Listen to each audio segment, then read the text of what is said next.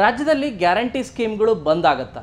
ಲೋಕಸಭೆ ಚುನಾವಣೆಯ ಬಳಿಕ ಈ ಒಂದು ಚರ್ಚೆ ಬಹಳಷ್ಟು ರೀತಿಯಾಗಿ ಆಗ್ತದೆ. ಅದರಲ್ಲೂ ಕೂಡ ಬಹಿರಂಗವಾಗಿ ಲೋಕಸಭೆ ಚುನಾವಣೆ ವೇಳೆಯಲ್ಲಿ ಮತ್ತು ಚುನಾವಣೆಯ ನಂತರನೂ ಕೂಡ ಕಾಂಗ್ರೆಸ್ ಸರ್ಕಾರ ಚುನಾವಣೆ ವೇಳೆಯಲ್ಲಿ ಕೆಲ ಶಾಸಕರು, ಕಾಂಗ್ರೆಸ್ ಶಾಸಕರು ನೀಡಿದಂಥ ಹೇಳಿಕೆಗಳೇನಿದ್ದಾವೆ, ಅಯ್ಯೋ ಏನಪ್ಪ ಗ್ಯಾರಂಟಿ ಸ್ಕೀಮ್ಗಳು ಬಂದಾಗ್ಬಿಡುತ್ತಾ ಅಂಥೇಳಿ ಭಾಳಷ್ಟು ಮಹಿಳೆಯರು ಕೂಡ ಆಗತ್ತಂಥೇಳಿ ಆತಂಕಕ್ಕೂ ಕೂಡ ಒಳಗಾಗಿದ್ದರು. ಆದರೆ ಅದಕ್ಕೆ ಕಾಂಗ್ರೆಸ್ ಸರ್ಕಾರ ಚುನಾವಣೆ ನಂತರ ಕೂಡ ಮತ್ತೆ ಘೋಷಣೆ ಮಾಡಿದ್ದು, ಇಲ್ಲ ಯಾವುದೇ ರೀತಿಯಾಗಿ ನಾವು ಗ್ಯಾರಂಟಿ ಸ್ಕೀಮ್ಗಳೇನಿದ್ದಾವೆ, ಅದು ಶಕ್ತಿ ಸ್ಕೀಮ್ ಇರ್ಬೋದು, ಗೃಹಲಕ್ಷ್ಮಿ ಇರ್ಬೋದು, ಅಥವಾ ಗೃಹ ಭಾಗ್ಯ ಜ್ಯೋತಿ ಇರ್ಬೋದು, ಸೊ ಹೀಗೆ ಈ ಎಲ್ಲ ನಿಧಿ ಇರ್ಬೋದು, ಅಥವಾ ಶಕ್ತಿ ಯೋಜನೆ ಇರ್ಬೋದು, ಹೀಗೆ ಒಟ್ಟು ಯುವ ನಿಧಿ ಯೋಜನೆ ಇರ್ಬೋದು, ಒಟ್ಟು ಹೀಗೆ ಈ ಗ್ಯಾರಂಟಿ 5 ಗ್ಯಾರಂಟಿ ಸ್ಕೀಮ್ಗಳೇನಿದ್ದಾವೆ ಇವ್ಯಾವೂ ಕೂಡ ಸ್ಟಾಪ್ ಆಗೋದಿಲ್ಲ ಅನ್ನೋದನ್ನು CM ಮತ್ತೆ ಪುನರುಚ್ಚರಿಸಿದ್ದಾರೆ. ಆದರೆ ಇದ್ರ ಬಗ್ಗೆ ಭಾಳಷ್ಟು ರೀತಿಯಾಗಿ ಮತ್ತೆ ಚರ್ಚೆಗಳಾಗ್ತಾ ಇದೆ. ಯಾಕೆ ಅಂತಂದರೆ ಬಹಳಷ್ಟು ಶಾಸಕರು ಅಸಮಾಧಾನವನ್ನು ವ್ಯಕ್ತಪಡಿಸ್ತಾ ಇದ್ದಾರೆ.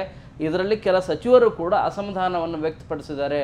ನಾವು ಜನರಿಗಾಗಿ, ಅದರಲ್ಲೂ ಕೂಡ ಮಹಿಳೆಯರಿಗಾಗಿ ನಾವು ಸಾಕಷ್ಟು ರೀತಿಯಾಗಿ ಅನುಕೂಲವನ್ನು ಮಾಡಿಕೊಡುವಂಥ ಕೆಲಸವನ್ನು ಮಾಡಿದ್ವಿ.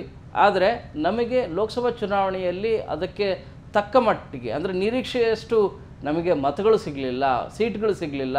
ಈ ಮೂಲಕ BJP ಸಕ್ಸಸ್, ಇದಕ್ಕೆ ಸೀಟ್ಗಳು ಜಾಸ್ತಿ ಆದರೆ ಕಾಂಗ್ರೆಸ್ ಸೀಟ್ಗಳು ಕಡಿಮೆ ಆಯಿತು ಅಂತ. ಹಾಗಾದರೆ ಈಗ ಕಾಂಗ್ರೆಸ್ ಸರ್ಕಾರ ನಿಜವಾಗ್ಲೂ ಕೂಡ ಈ 5 ಗ್ಯಾರಂಟಿ ಸ್ಕೀಮ್ಗಳನ್ನು ಸ್ಟಾಪ್ ಮಾಡುತ್ತಾ? ಸದ್ಯದ ಪರಿಸ್ಥಿತಿ ನೋಡ್ತಾ ಹೋದರೆ ಸ್ಟಾಪ್ ಮಾಡುವಂಥ ಯಾವ ಲಕ್ಷಣಗಳು ಕೂಡ ಕಂಡು ಬರ್ತಾ ಇಲ್ಲ. ಆದರೆ ಇಲ್ಲಿ ಕೆಲವೊಂದಷ್ಟು ಮಾರ್ಪಾಡುಗಳನ್ನು, ಕೆಲವೊಂದಷ್ಟು ರೂಲ್ಸ್ಗಳನ್ನು ಚೇಂಜ್ ಮಾಡುವಂಥ ಸಾಧ್ಯತೆ ಹೆಚ್ಚಾಗಿ ಕಂಡು ಬರ್ತಾ ಇದೆ. ಸೊ ಈ ಹಿಂದೆನೂ ಕೂಡ, ಅಂದರೆ ಲೋಕಸಭಾ ಚುನಾವಣೆ ಮುಂಚಿತವಾಗಿಯೂ ಕೂಡ ಅರವಿಂದ್ ಬೆಲ್ಲದವರು ಒಂದು ಪ್ರಸ್ತಾಪವನ್ನು ಮಾಡಿದರು, ಶಾಸಕ ಅರವಿಂದ್ ಬೆಲ್ಲದವರು. ಸೊ ಹಣಕಾಸು ಇಲಾಖೆಗೆ ಒಂದು ಪ್ರಪೋಸಲ್ ಹೋಗಿದೆ. ಈ 5 ಗ್ಯಾರಂಟಿ ಸ್ಕೀಮ್ಗಳಲ್ಲಿ ನಿಜವಾಗ್ಲೂ ಯಾರು ಫಲಾನುಭವಿ ಇದ್ದಾರೆ ಅವರಿಗೆ ಮಾತ್ರ ಹೋಗಬೇಕು. ಉಳಿದಂಥ ನಿಮಗೆ ಆರ್ಥಿಕವಾಗಿ ಸ್ವಾವಲಂಬಿ ಇರುವಂಥ ಯಾರು ಫಲಾನುಭವಿ ಇರ್ತಾರೆ ಅವರಿಗೆ ಗ್ಯಾರಂಟಿ ಸ್ಕೀಮ್ ಕೊಡುವಂಥ ಅವಶ್ಯಕತೆ ಇದೆಯಾ? ಗೃಹಲಕ್ಷ್ಮಿ ಸ್ಕೀಮ್ ಪ್ರತಿ ತಿಂಗಳು 2,000 ರೂಪಾಯಿನ ಕೊಡೋ ಅವಶ್ಯಕತೆ ಇದೆಯಾ? APL ಕಾರ್ಡ್ನವರಿಗೆ ಈ ಗೃಹಲಕ್ಷ್ಮಿ ಸ್ಕೀಮನ್ನು ಕೊಡಬೇಕಾ? ಇದ್ರ ಜೊತೆಗೆ ಶಕ್ತಿ ಯೋಜನೆಯಲ್ಲಿ ಎಲ್ಲರೂ ಕೂಡ ಓಡಾಟ ಮಾಡ್ತಾಯಿದ್ದಾರೆ, ಮಹಿಳೆಯರೆಲ್ಲರೂ ಕೂಡ. ಎಲ್ಲ ಮಹಿಳೆಯರಿಗೆ ಉಚಿತವಾಗಿ ಪ್ರಯಾಣ ಮಾಡಲಿಕ್ಕೆ ಅವಕಾಶವನ್ನು ಮಾಡಿಕೊಡ್ಬೇಕಾ? ಈ ಬಗ್ಗೆ ಸಾಕಷ್ಟು ಯೋಚನೆಗಳಾಗ್ತಾ ಇದ್ದಾವೆ. ಅದರಲ್ಲೂ ಕೂಡ ನಿಮಗೆ ಬಹಳ ಪ್ರಮುಖವಾಗಿ ಪ್ರತಿ ತಿಂಗಳು 200 ಯೂನಿಟ್ ರೀತಿಯಾಗಿ, ಅಂದರೆ ನೀವು ಕಳೆದ ಒಂದು ವರ್ಷ ಬಳಸುವಂಥ ವಿದ್ಯುತ್ ಏನಿದೆ ಅದಕ್ಕೆ ಹೆಚ್ಚುವರಿಯಾಗಿ 10% ವಿದ್ಯುತ್ತನ್ನು ಬಳಕೆ ಮಾಡಲಿಕ್ಕೆ ಈಗ ಅವಕಾಶ ಕೊಟ್ಟಿದೆ. ಆ ಸ್ಕೀಮ್ಗೂ, ಆ ಗ್ಯಾರಂಟಿ ಸ್ಕೀಮ್ಗೂ ಕೂಡ ಈಗ ಎಲ್ಲರಿಗೂ ಕೊಡುವಂಥ ಅವಶ್ಯಕತೆ ಇದೆಯಾ? ಇದರಲ್ಲಿ ಸರ್ಕಾರಿ ನೌಕರರಿಗೆ ನೆಸೆಸಿಟಿ ಇದೆಯಾ ಅನ್ನೋದ್ರ ಬಗ್ಗೆನೂ ಕೂಡ ಸಾಕಷ್ಟು ಚರ್ಚೆಗಳಾಗ್ತಾ ಇದೆ.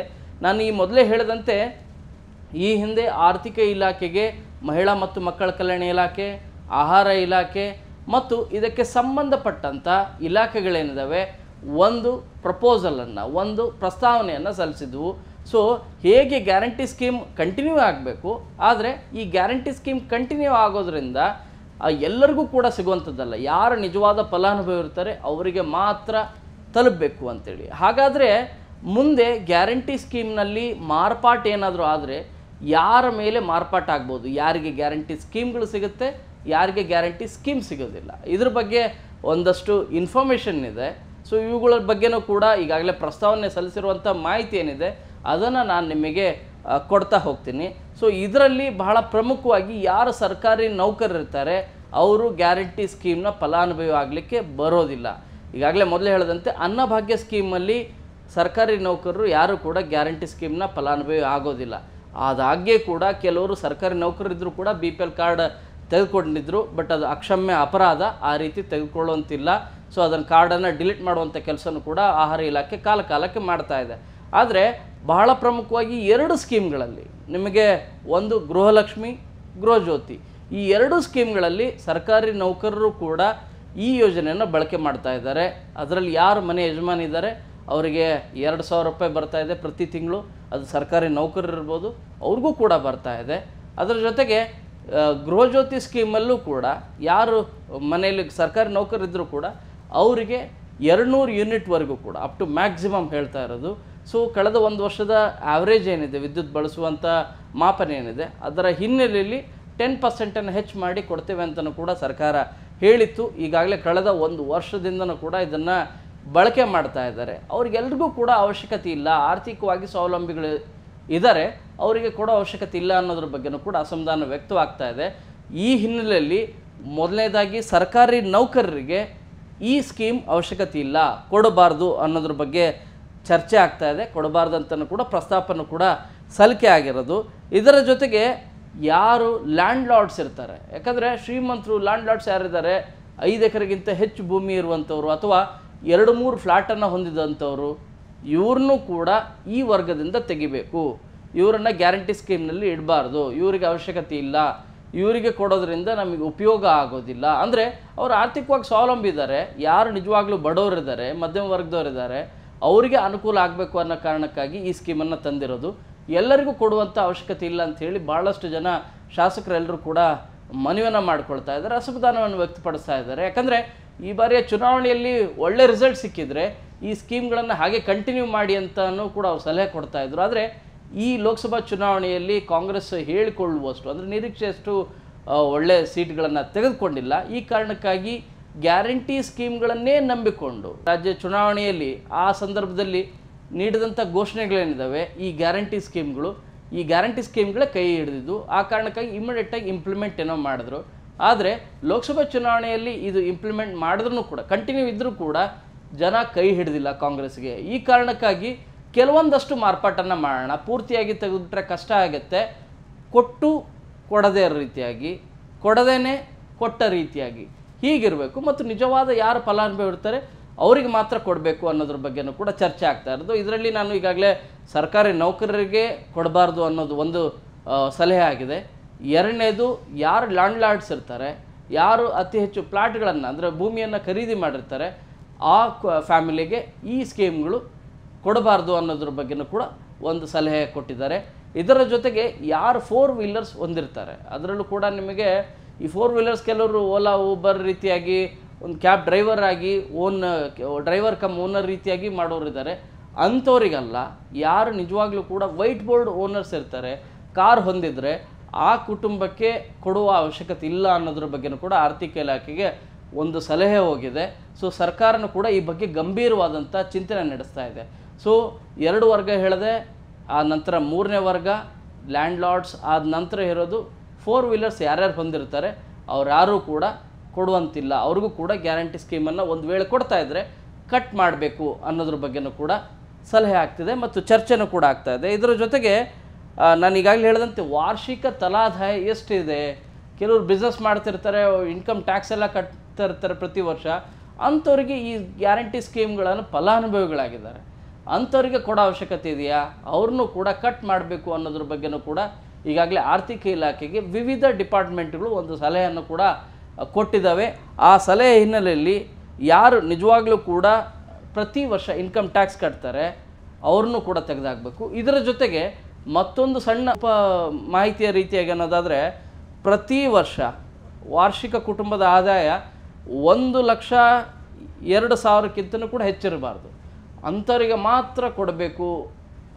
ಅಂಥವ್ರು ಹೆಚ್ಚಿದ್ರೆ ಅವ್ರಿಗೆ ಕೊಡಬಾರ್ದು, ಅದಕ್ಕಿಂತ ಕೆಳಗೆ ಯಾರು ಇರ್ತಾರೋ ಅವರಿಗೆ ಕೊಡಬೇಕು. ಅಂದರೆ ತಲಾದಾಯ ಇರ್ಬೋದು ಮತ್ತು ವಾರ್ಷಿಕ ಕುಟುಂಬ ಆದಾಯ 1,02,000ಕ್ಕಿಂತ ಕಡಿಮೆ ಯಾರಿದಿರ್ತದೆ ಅವರಿಗೆ ಮಾತ್ರ ಕೊಡಬೇಕು ಅಂತ ಹೇಳ್ತಾ ಇದ್ದಾರೆ. ಸೊ ಈಗೇನಾದರೂ ಆಯಿತು ಅಂದರೆ 10-15 ಸಾವಿರ ರೂಪಾಯಿ ಕೆಲಸ ಮಾಡುವಂಥ ಜನರೇನಿದ್ದಾರೆ ಅವರು ಕೂಡ ಹೊರಗಿಡಬೇಕಾಗತ್ತೆ. ಸೊ ಇದ್ರ ಬಗ್ಗೆ ಯೋಚನೆ ಮಾಡ್ತಾ ಇದೆ ಸರ್ಕಾರ, ಏನು ಮಾಡಬೇಕು ಏನಿಲ್ಲ ಅಂಥೇಳಿ. ಇನ್ನೊಂದು ಆಘಾತಕಾರಿ ಸಂಗತಿ ಅಂತಂದರೆ, ಸರ್ಕಾರಿ ಸಂಸ್ಥೆಯಲ್ಲಿ ಹೊರಗುತ್ತಿಗೆಯಲ್ಲಿ ಕೆಲಸ ಮಾಡ್ತಿರುವಂಥ ಅಥವಾ ಅತಿಥಿ ಶಿಕ್ಷಕರಾಗಿ ಕೆಲಸ ಮಾಡ್ತಿರುವಂಥ ಯಾರು ಸಿಬ್ಬಂದಿ ಇದ್ದಾರೆ ಅವರ ಕುಟುಂಬಕ್ಕೂ ಕೂಡ ಇದನ್ನು ಕೊಡುವಂಥ ಅವಶ್ಯಕತೆ ಇಲ್ಲ, ಈ ಗ್ಯಾರಂಟಿ ಸ್ಕೀಮನ್ನು ಕೊಡುವಂಥ ಅವಶ್ಯಕತೆ ಇಲ್ಲ ಅನ್ನೋದ್ರ ಬಗ್ಗೆನೂ ಕೂಡ ಭಾಳಷ್ಟು ಚರ್ಚೆ ಆಗ್ತಾ ಇದೆ. ಸೊ ಈ ಮೂಲಕ ಇಂಥ ವರ್ಗಗಳೇನಿದ್ದಾವೆ ಈ ವರ್ಗಗಳನ್ನು ತೆಗೆದ್ರೆ ನಿಜವಾದ ಫಲಾನುಭವಿ ಯಾರಿದ್ದಾರೆ ಅವ್ರಿಗೆ ನಾವು ಕೊಟ್ಟಂತನೂ ಕೂಡ ಆಗುತ್ತೆ. ಅದರ ಜೊತೆಗೆ ಈ ಸ್ಕೀಮ್ಗಳನ್ನು ಕೂಡ ಮುಂದುವರಿಸಿದಂತೆ ಆಗುತ್ತೆ ಅನ್ನೋದ್ರ ಬಗ್ಗೆನೂ ಕೂಡ ಯೋಚನೆಗಳು ನಡೀತಾ ಇದೆ. ಇಲ್ಲಿ ಬಹಳ ಪ್ರಮುಖವಾಗಿ ಯಾವ್ಯಾವ ಸ್ಕೀಮ್ಗಳಲ್ಲಿ ಎಷ್ಟೆಷ್ಟು ಸರ್ಕಾರ ಕೊಡ್ತಾ ಇದೆ ಅನ್ನೋ ಮಾಹಿತಿನ ಕೊಡ್ತೀನಿ. ಕೊನೆಗೆ ಕೆಲವೊಂದಷ್ಟು ಗೊಂದಲಗಳಿದ್ದಾವೆ, ಕೆಲವೊಂದಷ್ಟು ಸಮಸ್ಯೆಗಳಿದ್ದಾವೆ ಸ್ಕೀಮ್ಗಳ ಬಗ್ಗೆ, ಅದಕ್ಕೆ ಪರಿಹಾರ ಏನು ಮತ್ತು ನನ್ನ ಕೆಲವು ಸಜೆಷನ್ನು ಕೂಡ ಇದ್ದಾವೆ ಇಲಾಖೆಯಿಂದ ಕೊಟ್ಟಂಥ ಸಲಹೆಗಳು, ಅವುಗಳನ್ನು ಕೂಡ ನಿಮಗೆ ಕೊಡ್ತಾ ಹೋಗ್ತೀನಿ. ಮೊದಲನೇದಾಗಿ ಇಲ್ಲಿ ಗ್ಯಾರಂಟಿ ಸ್ಕೀಮ್ಗಳಲ್ಲಿ ಮಹಿಳೆಯರು ಆರ್ಥಿಕವಾಗಿ ಸ್ವಾತಂತ್ರ್ಯ ನೀಡೋ ಕಾರಣಕ್ಕಾಗಿ ಗೃಹಲಕ್ಷ್ಮಿ ಯೋಜನೆಯನ್ನು ಶುರು ಮಾಡಿದ್ದು. ಪ್ರತಿ ತಿಂಗಳು ಎಷ್ಟು ಖರ್ಚಾಗತ್ತೆ ಅಂದರೆ 1,21,00,000 ಕುಟುಂಬಗಳಿಗೆ ಅಂದರೆ 1,21,00,000 ಮಹಿಳೆಯರೇನಿದ್ದಾರೆ, ಮನೆ ಯಜಮಾನತಿ ಏನಿದ್ದಾರೆ, ಅವರ ಖಾತೆಗೆ ಪ್ರತಿ ತಿಂಗಳು 2,000 ರೂಪಾಯಿ ಹಣವನ್ನು ಕೊಡಲಾಗ್ತದೆ, ನೇರ ವರ್ಗಾವಣೆಯನ್ನು ಮಾಡ್ತಾ ಇರೋದು. ಸೊ ಆರ್ಥಿಕ ನೆರವರು ಈ ಯೋಜನೆ ಪ್ರತಿ ತಿಂಗಳಿಗೆ ಎಷ್ಟು ಖರ್ಚಾಗುತ್ತೆ ಅಂದರೆ 2,430 ಕೋಟಿ ರೂಪಾಯಿ ಖರ್ಚಾಗುತ್ತೆ ಈ ಅನುದಾನ. ಸೊ ಇದನ್ನು ಒಂದಷ್ಟು 10 to 20% ಕಡಿಮೆ ಮಾಡಬೇಕು ಅನ್ನೋದ್ರ ಬಗ್ಗೆಯೂ ಕೂಡ ಮಹಿಳಾ ಮತ್ತು ಮಕ್ಕಳ ಕಲ್ಯಾಣ ಇಲಾಖೆ ಸಜೆಷನ್ಸನ್ನು ಆರ್ಥಿಕ ಇಲಾಖೆಗೆ ಕೂಡ ಕೊಟ್ಟಿದೆ. ನಾನು ಈಗಾಗಲೇ ಹೇಳಿದಂಥ ಕೆಲವು ವರ್ಗಗಳೇನಿದ್ದಾವೆ ಆ ವರ್ಗಗಳನ್ನು ತೆಗಿಬೇಕು ಈ ಸ್ಕೀಮಿಂದ ಅಂಥೇಳಿ. ಎರಡನೇದು ಇನ್ನು ಶಕ್ತಿ ಯೋಜನೆ ಎಲ್ರಿಗೂ ಕೂಡ ಅವಶ್ಯಕತೆ ಇಲ್ಲ, ಅದನ್ನು ಕೂಡ ಕೆಲವು ವರ್ಗಗಳಿಂದ ತೆಗಿಬೇಕು ಅಂತ ಹೇಳ್ತಾ ಇದ್ದಾರೆ. ಇಲ್ಲಿ ಈವರೆಗೂ 60 ಲಕ್ಷಕ್ಕೂ ಹೆಚ್ಚು ಮಹಿಳೆಯರು ಉಚಿತವಾಗಿ ಪ್ರಯಾಣನ ಮಾಡಿದ್ದಾರೆ. ಅದರಲ್ಲೂ ಕೂಡ ಅತಿ ಹೆಚ್ಚಾಗಿ ನಿಮಗೆ ಈ ದೇವಾಲಯಗಳಿಗೆ ಅತಿ ಹೆಚ್ಚು ಟ್ರಾವೆಲ್ ಮಾಡಿದಂಥ ಉದಾಹರಣೆಗಳೇ ಇರೋದು. 210 ಕೋಟಿ ರೂಪಾಯಿ ಉಚಿತ ಪ್ರಯಾಣವನ್ನು ಮಾಡಿದ್ದಾರೆ ಅಂಥೇಳಿ KSRTC ಒಂದು ಸಾರಿಗೆ ಮಾಹಿತಿ ಕೊಡ್ತಾ ಇರೋದು. ಒಟ್ಟು ಮೌಲ್ಯ ಎಷ್ಟು ಅಂತಂದರೆ 5,096 ಕೋಟಿ ರೂಪಾಯಿವರೆಗೂ ಕೂಡ ಖರ್ಚಾಗಿದೆ ಇದಕ್ಕೆ ಅಂತ ಹೇಳ್ತಾ ಇರೋದು ಶಕ್ತಿ ಯೋಜನೆಯಿಂದ.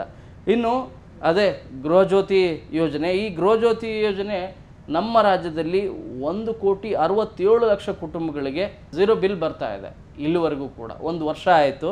ಸೊ ಇದರಿಂದ ಸರ್ಕಾರಕ್ಕೆ ಆಗ್ತಿರುವಂಥ ನಷ್ಟ ಅಥವಾ ಸರ್ಕಾರ ಬರೆಸ್ತಿರುವಂಥ ಹಣ ಎಷ್ಟು ಅಂತಂದರೆ 7,436 ಕೋಟಿ ರೂಪಾಯಿ ಅನುದಾನವನ್ನು ಮೀಸಲಿಟ್ಟಿದೆ ಈ ರೀತಿಯಾಗಿ ಗೃಹಜ್ಯೋತಿ ಸ್ಕೀಮ್ನಲ್ಲಿ. ಇನ್ನು ಅನ್ನಭಾಗ್ಯ ಯೋಜನೆ ಇದು BPL ಮತ್ತು ಅಂತ್ಯೋದಯ ಕಾರ್ಡ್ ಇರೋರಿಗೆ ಮಾತ್ರ ಕೊಡ್ತಾ ಇರೋದು.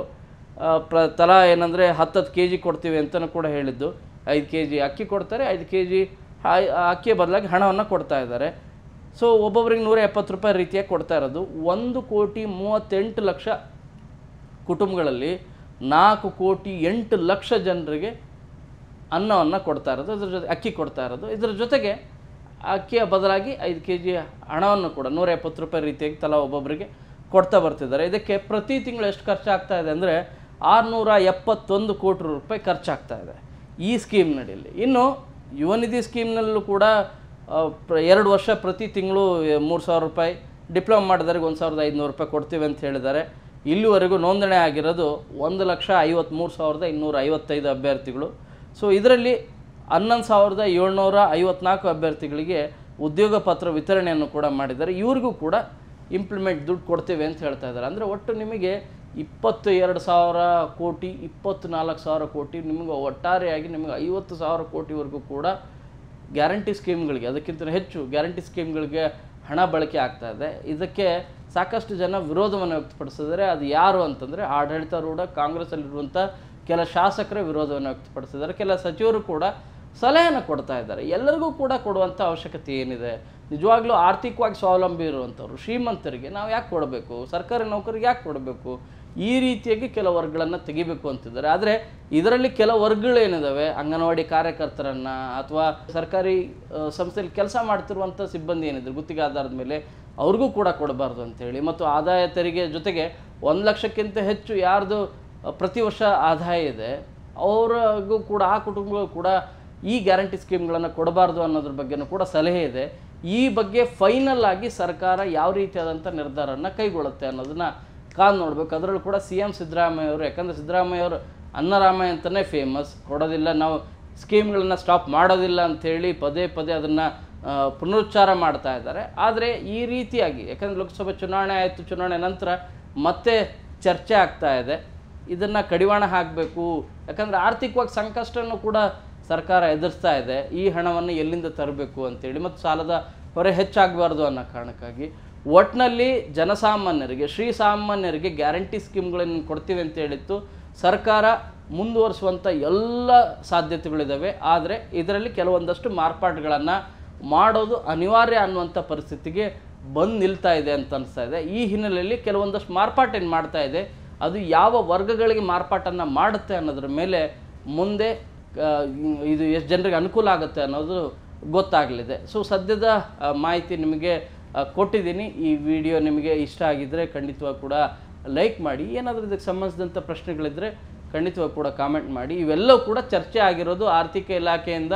ಆರ್ಥಿಕ ಇಲಾಖೆ ಕೊಟ್ಟಿರುವಂಥ ಸಲಹೆಗಳು, ಮಹಿಳಾ ಮತ್ತು ಮಕ್ಕಳ ಕಲ್ಯಾಣ ಇಲಾಖೆ, ನಿಮಗೆ ಇಂಧನ ಇಲಾಖೆ ಇರ್ಬೋದು ಅಥವಾ ಆಹಾರ ಇಲಾಖೆ ಇರ್ಬೋದು, ಎಲ್ಲರೂ ಕೂಡ ಸಲಹೆ ಕೊಟ್ಟಿರೋದು. ಅಂತಿಮ ತೀರ್ಮಾನವನ್ನು CM ಸಿದ್ದರಾಮಯ್ಯ ಅವರು ಮತ್ತು ಅವರ ಕ್ಯಾಬಿನೆಟ್ ಏನಿದೆ ಅವರು ನಿರ್ಧಾರವನ್ನು ತೆಗೆದುಕೊಳ್ತಾರೆ. ಕ್ಯಾಮ್ರಾ ಪರ್ಸನ್ ಸುನಿಲ್ ಜೊತೆ ಶರಣು ಹಂಪಿ, ನ್ಯೂಸ್ 18.